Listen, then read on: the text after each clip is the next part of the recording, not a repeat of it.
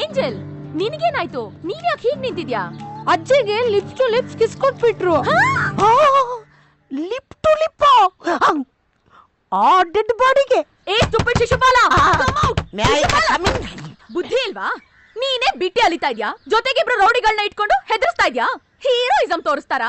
ಒಬ್ರಿಗೊಬ್ರು ಹೊಡೆದಾಡ್ಕೊಂಡ್ರಂತೆ scene create ಮಾಡ್ತೀರಾ? ನಾನ್ ಇಂಥವ್ರನ್ನ ತುಂಬಾ ನೋಡಿದೀನಿ. ಕೆಟ್ಟದನ್ನ ಮಾಡೋ ತರ ಶುರು ಮಾಡ್ತಾರೆ, ಆಮೇಲೆ ಒಳ್ಳೇದ್ ಮಾಡ್ತಾರೆ. ಪಾಪ ಅಂತ ಅವ್ರ ಮೇಲೆ ನಮಗ್ ಸಿಂಪತಿ ಬರುತ್ತೆ, ನಾವು ಈ ಅಂತ ಹಲ್ಗಿಂಚ್ತೀವಿ. ಆಮೇಲೆ ಅವ್ರು ಯಾವ ಓಡ್ ಹೋಗ್ತಾರೆ, ನಾವ್ ಅರ್ಧ ದಾರಿ ನಿಂತ್ಕೋಬೇಕು.